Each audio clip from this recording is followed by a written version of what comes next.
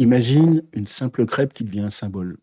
Pas juste un repas rapide ou un dessert sucré, mais un véritable pont entre générations, une fenêtre ouverte sur l'âme d'un pays et même une célébration nationale. Tu te demandes sûrement, mais pourquoi un tel engouement autour d'un plat aussi simple? Aujourd'hui, je vais te montrer que derrière chaque nalechnik, ce qu'on appelle communément en France la crêpe, se cache une histoire. Une histoire qui parle à la fois de solidarité, de tradition transmise de main en main et de la manière dont un peuple a fait d'un mets universel un véritable emblème culturel. Crois-moi, après cet épisode, tu ne regarderas plus jamais une crêpe de la même manière. Vitam, sur le double K, le podcast où on explore ensemble l'identité polonaise à travers ses valeurs, son histoire et ses traditions. Moi, c'est Jean-Philippe, et si, comme moi, tu veux comprendre ce qui fait battre le cœur de la Pologne, tu es au bon endroit. Si tu aimes ce format, abonne-toi à la chaîne, laisse un pouce bleu ou partage cet épisode avec quelqu'un qui adore les crêpes ou tout simplement la culture polonaise. Allez, c'est parti pour un voyage à la fois gourmand et culturel. Le jean Naleśnika, s'il fallait le traduire, on dirait littéralement le jour de la crêpe. En France, on va parler plutôt de la chandeleur. Il trouve un petit peu ses origines dans une tradition internationale bien connue et ses dérivés, le Mardi Gras. Cette période qui précède le carême est l'occasion, depuis des siècles, de faire le plein d'énergie et de saveur avant 40 jours d'abstinence. En Pologne, cette tradition a pris une teinte bien particulière. C'est vrai qu'en Pologne, plus que fêter la crêpe, on fêtera plutôt, le pączki, ce fameux beignet polonais. Mais dans certaines régions, il n'est pas rare qu'elles ont opté pour une alternative, plus simple, mais aussi délicieuse que sont, ces fameuses naleśniki. Ce jour, au fil des années, est devenu, un petit peu le prétexte parfait pour célébrer, non seulement la gastronomie, mais aussi les liens familiaux. Parce qu'en Pologne, tu vois, les crêpes, ce n'est pas juste un plat qu'on mange, c'est avant tout une activité qu'on partage. L'histoire des crêpes en Pologne, elle remonte, bien plus loin que tu ne le crois. Pour, comprendre leur importance, il faut remonter un petit peu à l'époque, de la noblesse polonaise, lorsque la table était un lieu de prestige et d'innovation culinaire. Les naleśniki sont un petit peu apparus comme une adaptation, des galettes françaises et italiennes, mais avec une touche polonaise bien à elle.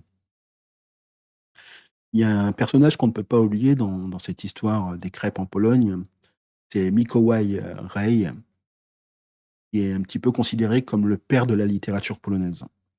Pourquoi? Tu vas me dire pourquoi le mentionner aujourd'hui? Parce qu'en fait, dans ses écrits, il célèbre à la fois la simplicité et l'abondance de la cuisine polonaise. Évidemment, il y parle aussi des crêpes. Il symbolise un petit peu une approche, humble, mais chaleureuse de la gastronomie. Pour te remettre un petit peu dans le contexte, je te laisse un petit peu imaginer une scène du XVIIe siècle.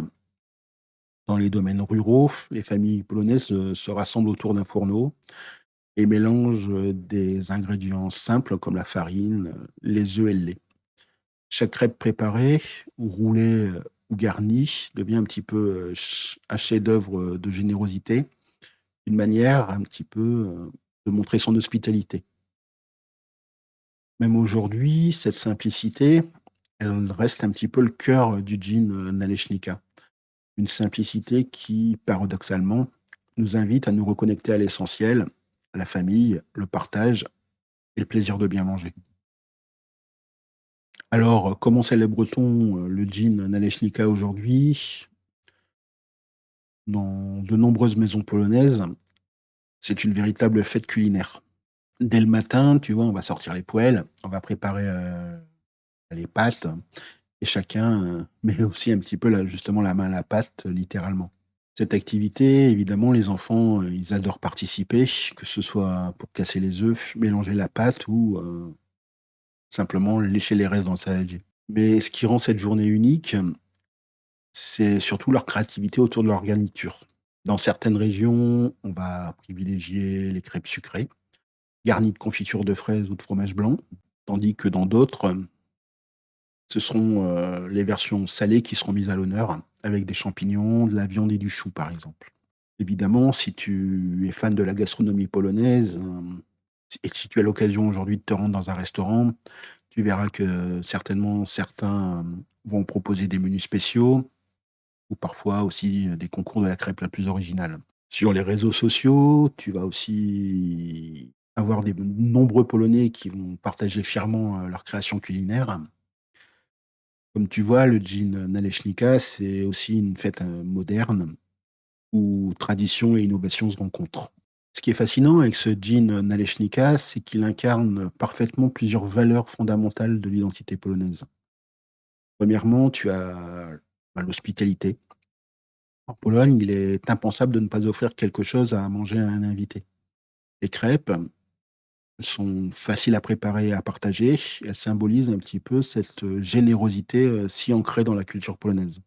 Deuxièmement, tu as là aussi la solidarité. Dans de nombreuses familles, préparer des crêpes est une activité collective. Chacun joue un rôle et cette coopération transforme un peu un simple repas en un moment de convivialité inoubliable. Enfin, il y a cette capacité à réinventer les traditions. Le jean Naleśnika montre que, même face à la modernité, les Polonais savent préserver leur patrimoine tout en l'adaptant. C'est à la fois un petit peu un mélange entre, le respect du passé et la créativité pour le futur. Et toi qui regardes ou écoutes, ce podcast, j'ai une petite question à te poser. Quand est-ce que, pour la dernière fois, tu as pris le temps de partager un repas avec tes proches, juste pour le plaisir d'être ensemble? Alors, si tu devais retenir une chose de cet épisode, c'est que parfois, ce sont les choses les plus simples, comme une crêpe, qui portent en elles les plus belles histoires. Le Dzień Naleśnika, ce n'est pas juste une fête culinaire, c'est un petit peu ce rappel, des valeurs qui nous rapprochent, la famille, le partage et l'amour des traditions.